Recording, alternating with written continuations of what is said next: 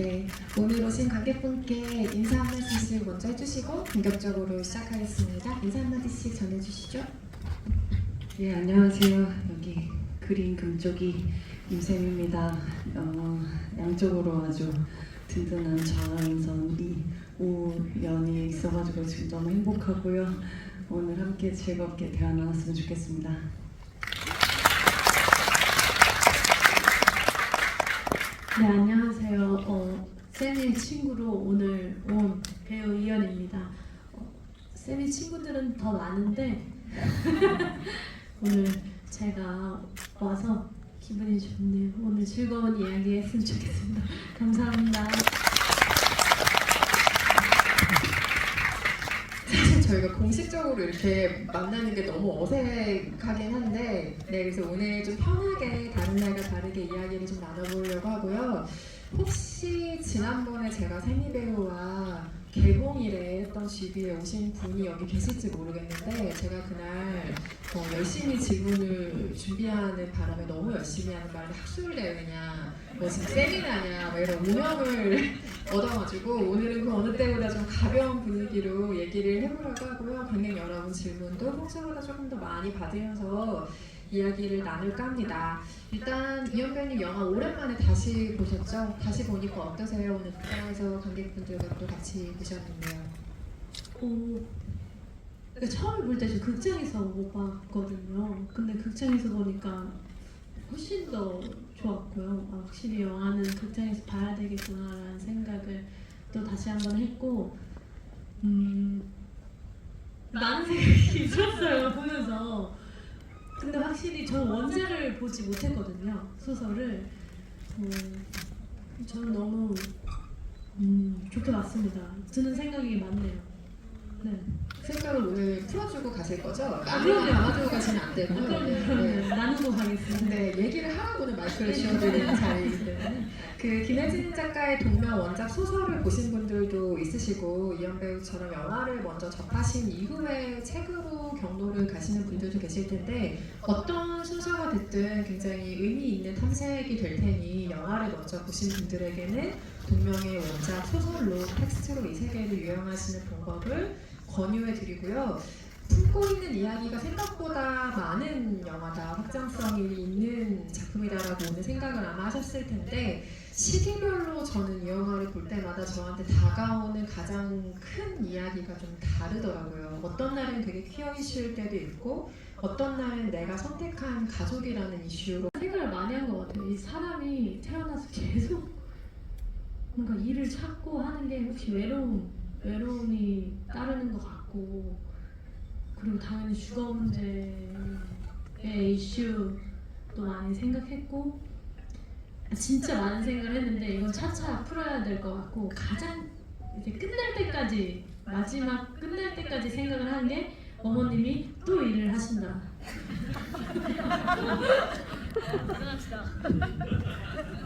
노동이라는 게 연기자로서의 매력은 어떤 것이었는지도 궁금하네요. 아니, 처음 보는 목소리 톤이긴 했어요, 작품에서. 그쵸. 그렇기도 하고 그러니까, 평소에는 거의 10배쯤 떠있기 때문에 목소리가. 그러니까 이 딸에 대하여의 세미 선배의 목소리는 보통 같이 이제 저희끼리 있을 때 들었던 어떤 애교 섞인 목소리? 혀가 거의 없죠, 말할 때 평소에는. 네, 그런 목소리들이 있었는데, 그건 작품에서 한 번도 본 적이 없었는데 이번에 딸에 대하여에서 처음부터 그 목소리가 나와가지고 좀 색달랐어요. 좀 편하게, 더 편해 보였고. 근데 제가 세미 선배한테 궁금한 건 어떻게 연기하셨는지, 이제 그린과 이제 그린과 레인의 그 관계에 대해서 연기를 어떻게 하셨는지 제일 궁금했어요, 저는 보면서. 좀 질문을 구체적으로 해주실래요? 어떻게 연기했냐고 하면 어디서부터 어떻게 답을 해야 될지. 연기하셨냐고요? 이래. 아니, 그러니까 어떻게 몰입을 했는지, 어떻게 생각을 하면서 연기를 하셨는지, 이 관계에 대해서. 약간의 그 디테일을 첨가하자면 저도 이 부분이 궁금했던 게 저는 배우들이 가장 신기하게 보일 때가 그때예요. 그러니까 분명히 현장에서 처음 만나는 어떤 순간이 있었을 텐데 이미 그 안의 관계성으로 생각해보면 7년간 정말 친밀한 관계를 형성해온 나의 연인이잖아요. 그럼 그 관계성을 각자가 만들기도 할 것이고 뭐 배우와 상대 배우와 얘기를 해서 맞출 수도 있을 것이 현장의 호흡으로 더 덧대어지는 부분들이 있을 텐데 그 관계를 이야기할 때 연기를 할 때 하윤경 배우와는 어떤 이야기 나누셨는지도 궁금하고 또 세미 배우가 그 특별한 친밀감을 표현하기 위해서 그린에 입힌 부분이랄까 이런 것도 궁금하긴 했었어요. 그게 맞아요? 저 네. 오늘 통역으로 이 자리에 훌륭하십니다. 나왔습니다. 네. 평상시에도 통역으로 많이 계셔가지고 저희 사이에서 그 현장에서 대화를 많이 했던 것 같아요. 그러니까 우리가 그 많은 시간 동안 어떤 관계였을까? 어떨 때 여기에선 누가 품어주고 어떨 땐 지지해주는 사람이 누구였고 이런 상황에서 행동하는 건 누구고 또 내적으로 이렇게 뒤에서 잘 받쳐주는 사람 누구였을까 그런 대화를 좀 했던 것 같고 네, 그 두 분이 말씀하시는 것처럼 제가 친한 사람들이랑 있을 때 좀 애교를 부리는 편인 것 같은데 저도 이제 그걸 안 지 얼마 안 될 것 같거든요. 그래서 내가 그랬나? 내가 그렇게 편해 보였던가라고 생각했더니 엄마와의 관계가 있고 연인과의 관계가 여기서 드러나잖아요. 그러다 보니까 그 관계성에서 보였던 것 같다는 생각이 들었고 윤경 배우와는 어쨌든 레이는 좀 뭐죠? 하얗고 뒤에 무지개 색깔 유니콘? 그렇죠. 유니콘 같다는 얘기를 저희가 GV에서도 굉장히 많이 했고 저희 현장에서도 이런 짝꿍이 어딨어? 이런 파트너가 이런 굉장한 사람은 인간으로 살아있긴 한가? 라고 얘기할 정도로 좀 완벽한 사람이라고 생각했거든요. 어머님의 손발이 되셨더라고요. 그러니까 그것도 멋있지 않아요? 네. 그럼에도 불구하고 자기 할 말을 다 하고 자기는 커피를 마셔야 된다고 얘기하고 나는 끝까지 그린이라고 얘기하고 많은 부분이 진짜 제가 어떤 리뷰를 봤는데 진짜 MG력 영화다라는 그 리뷰가 진짜 약간 그렇다라고 생각했는데 근데 또 예의를 그렇게 막 그러니까 예의가 없지도 않아요. 그러니까 그게 조금 더 답답한 분이긴 했어요. 그러니까 우리 딸 이름은 그린이 아니에요 라고 했는데 그린이 이러면서 제가 그걸 보면서 진짜 내가 엄마면 진짜 근데 거기에서 또 그런 자아가 있는 게 그냥 우리가 만든 부모님이 지어준 이름이 아니라 우리가 선택해서 부르는 이름을 말하는 거잖아요. 그거를 지켜서 계속 얘기하는 게 굉장한 마인드를 갖고 있다라고 생각했고 그런 사람 앞에서의 그린은 어떻게 보일까? 그러니까 엄마한테는 좀 망나니처럼 보일 수 있지만 엄마랑 같이 닮았지만 다른 곳을 바라보면서 남을 위해서 힘쓰는 사람이고 근데 이 사람한테 서로 미워 보이지 않는 관계이며 이 관계를 오랫동안 지속한 사이는 어떤 걸까라고 생각했을 때 서로 존중하자라는 얘기를 했던 것 같아요. 내가 바깥에서 혹은 씬에서 좀 못나 보이는 씬이나 좀 아쉬워 보이는 게 있어도 조금 그러니까 레인 같은 완벽한 짝꿍이 옆에 있는 거지 챙겨주겠지 레인이. 제가 이래서 이 자리에 한민희 씨가 있어야 된다고 강력하게 주장하는 건데 얘기가 보고 싶다. 사실 예리 씨는 촬영 때문에 오늘 오지를 못했고 이 두 분은 평소에도 좀 잘 안 맞아요. 그 장면에 대한 얘기도 오늘 배우 중에는 출연 아무래도 전 장면이 레인한테 어머님이 처음으로 무슨 얘기를 하시잖아요. 그 씬과 붙었기 때문에 더욱더 그렇게 느낀 것 같아요. 근데 어쨌든 여전히 친구분들이 오셨을 때 저 여자애는 누구야? 라는 대답은 안 하고 그냥 넘어갔고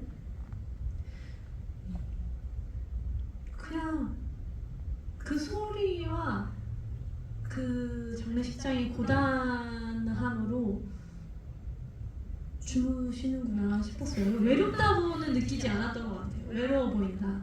외로우시겠다. 저기서 주무시는 게 외로우시겠다라고 생각은 하지 않았어요. 저는 그 장례식 장면부터 이후에 붙는 말하자면 에필로그 같은 것 같아요. 네, 저는 그러니까 그 뭐 전후 사정을 들어봐야겠지만 왜 엄마가 이 사람 데려오게 됐는지 어떤 걱정과 염려로 하게 됐는지 사정을 들어보면 이해하지 않을까요? 둘이 대답하기 어려울 수 있으니까 제가 평소 성향에 비추어 둘의 반응을 예상해 보면 일단 세미는 이렇게 얘기할 거예요. 엄마 너무 잘했어, 너무 멋있어, 우리 같이 할 수 있어 하고 할머니를 돌보는 건 사실 어머니의 몫이 될 거다. 세미 씨는 외국인으로 너무 바쁠 것이다. 그리고 가끔 한 번씩 와서 엄마 파이팅 이런 얘기를 해줄 거다. 그리고 연배우는 정반대일 거예요. 처음에는 엄마를 안 쳐도 엄마 앉아봐 이렇게 해가지고 이렇게 한 거야. 모든 재반 상황을 따져본 뒤에 그 뒤로 한마디도 안 했을 거예요. 그리고 아마 그 할머니를 돌보는 일에 본인이 최선을 다했을 거예요. 이 둘의 차이는 그것이에요. 결과적으로 할머니를 받아들이긴 했을 거지만 방식이 좀 달랐을 것 같다. 어쨌든 엄마의 집이고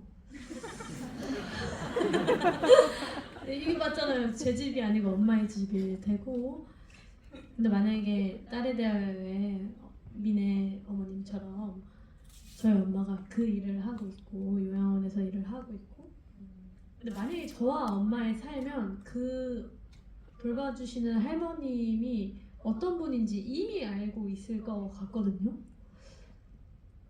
그래서 그 전후 사정을 다 들었는데 엄마가 할머님이랑 같이 살아야겠다 하면은 저는 한번 일단 뼈를 한번 때렸을 거예요. 저기 강경에 계시는 외할머니는 어떡할 거야? 어떡할 거야? 외할머니는 어떡하실 거야?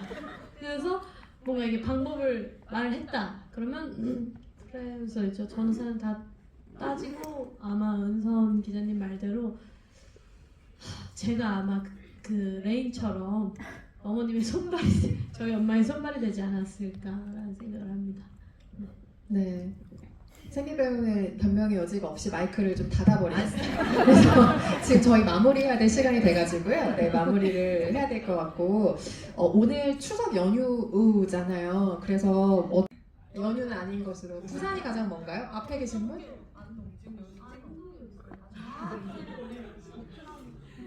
베트남이요? 가족을 만나러 가시는 건가요? 이길 수가 없네요. 두 번째 줄에 계신 분께 여기 두 번째 줄에 계신 분이 베트남으로 가신다고 합니다.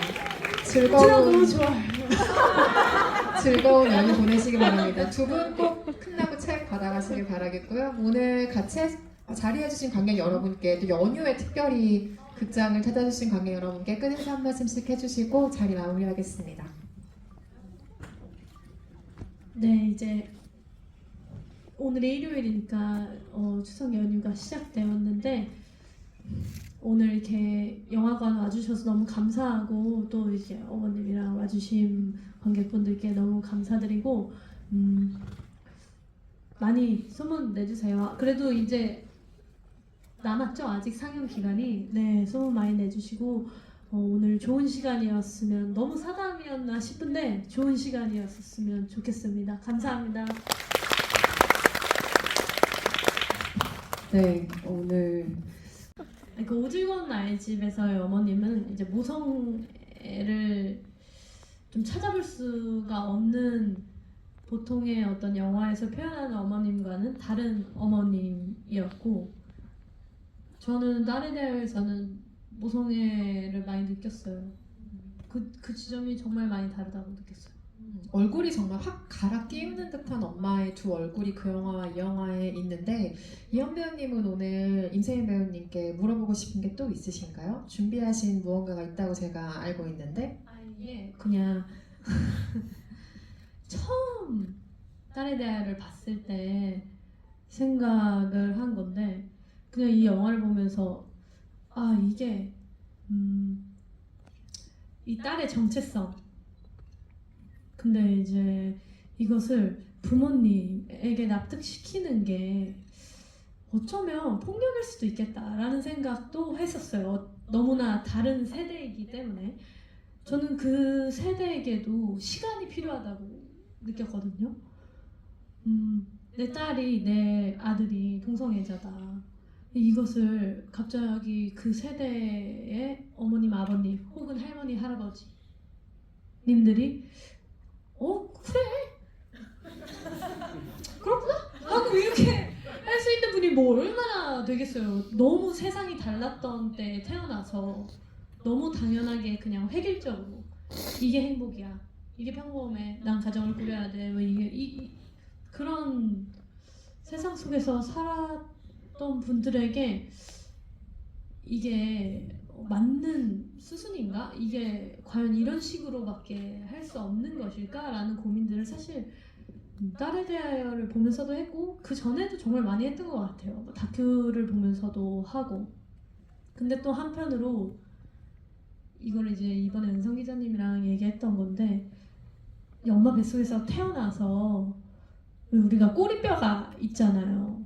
근데 한 몇 살쯤 되니까 꼬리가 생기고 있는 거예요. 이거는 가정이에요. 가정이에요? 만약에 그렇다 하면 죄송해요. 어떻게 될까를 네, 얘기하고 있는 겁니다. 네, 그러니까 이러한 정체성을 꼬리에 빗댄다면 하고 상상을 한 거죠. 네. 내가 죄송해요. 저희가 개인 자리에 있을 때 항상 이런 루틴으로 대화를 해가지고 통역가 1, 양해 통역가 바랍니다. 2 한예리 씨가 있는데 오늘 한 명이 지금 고군분투를 하느라고 네, 얘기하세요. 할게요. 그러니까 만약에 한 고등학교 때쯤부터 이 꼬리뼈를 만졌는데 약간 꼬리가 튀어나오는 것 같아. 그래서 이거 뭐지? 근데 어쨌든 바지랑 팬티랑 뭐 치마에 가려지잖아요. 그래서 그냥 이렇게 다녔어. 뭐 그러겠거니 뭐 저러겠거니 하면서 다녔어. 근데 청년이 됐는데 꼬리가 좀 더 나온 거예요. 그래서 이걸 어떡하냐? 이걸 엄마한테 말해. 이거 뭐 어떻게 해야 돼? 이러면서 그냥 고민을 하면서 남들도 봤는데 나랑 바지핏이 비슷한 사람인 것 같아. 저기 걸어가는 사람이. 그럼 나만 꼬리뼈가 있는 건 아니잖아. 그러니까 나만 꼬리가 자라는 게 아니구나를 알았어. 근데 점점 이게 걷잡을 수 없이 꼬리가 길어진 거예요. 이제는 진짜 호랑이 꼬리처럼. 그럼 이걸 엄마한테 보여줘야 되는데 나 엄마 뱃속에서 나왔잖아요. 근데 엄마가 이걸 징그러워해. 그럼 그건 좀 슬플 것 같거든요. 나 지금 좋은 것 같아. 이걸 애니메이션 대본으로 써줘. 제가요? 네. 정말. 정말 안 되는데. 정말 좋은 것 같아요. 네. 그러니까 이런 동화가 있어요. 그러니까 너무 속상할 것 같은 거예요. 그러니까 나도 알겠어. 내가 좀 달라. 보통 사람들이랑 꼬리가 저 사람이 있는 것 같은데 저 사람도 가리고 다녀. 근데 나도 가리고 다녔어. 그래서 이거 너무 답답해 미치겠어. 이제 더 이상 가리고 다니길 수가 없어. 그래서 엄마한테 말하려고 하는데 엄마가 그걸 징그러워해. 내 딸에 꼬리가 있어. 근데 나는 없는데. 그래서 막 징그러워해. 막 내가 이거 팬티에 구멍 좀 뚫어줘. 무슨 팬티에 구멍을 뚫어? 이렇게 해. 그래서 너무 속상할 것 같은 거야. 나 엄마 뱃속에서 나왔는데. 그런 생각을 했어요. 그럼 어떻게 할 거예요? 꼬리가 만약에 있으면. 제 질문이 이거였어요. 만약에 꼬리가 생겼어. 어떻게 하실 거예요? 어떻게 될 것 같아? 그러니까 그거가 이제 엄마뿐만 아니라 그러니까 이 세상 다른 사람들 혹은 다른 존재들도 내 꼬리를 본다는 거 아니에요. 그러니까 숨겨지지 않고 이제 더 이상 호랑이 꼬리처럼 길어졌는데 그거는 내가 어떻게 숨길 수도 없고 내가 감춘다고 감춰지지도 않고 드러내려고 해서 드러나는 것도 아니잖아요. 살면서 길어진 거니까 내 어떤 생긴 모양새가. 그러면 엄마는 진작에 알았을 거라고 나는 생각해. 근데 그렇기도 하고 그거를 그럼 꼬리가 길어지기 전에 독립을 한 거야. 그러니까 숨겨질 수 있을 때 엄마랑 살다. 맞아. 근데 그 꼬리가 바깥에는 다른 비슷한 모양의 사람들이 있잖아요. 다른 존재들이 있잖아. 나랑 비슷하게 자라난 그 존재들과의 동질감으로 그 힘으로 버텨서 엄마한테 말하기도 하고 혹은 아니면 상처받아서 마음 이렇게 뭔가 보호받지 못한 마음들을 내가 응원받지 못한 마음들을 그들과 함께하면서 다시 좀 치유할 때가 있잖아요. 연대를 하면서 나는 그렇게 살아가는 게 우리네 모습이라고 생각해요. 그게 꼭 엄마한테 상처받는다기보다 내가 어디선가 받은 상처를 아까 내가 오늘 친구들과 자리에 나오면서 딸에 대하여를 생각하는 것처럼 그냥 그렇게 살아가는 내가 있고 누군가 내 앞에 있고 그럼 내가 그걸 안아줄 수 있는 사람인가를 내가 한 번 더 생각하는 것 같고 내가 그 꼬리를 징그러워하진 않는가? 라는 생각을 또 하는 것 같아. 나도 있는데 너 거는 징그러워하라고 할 때가 있거든.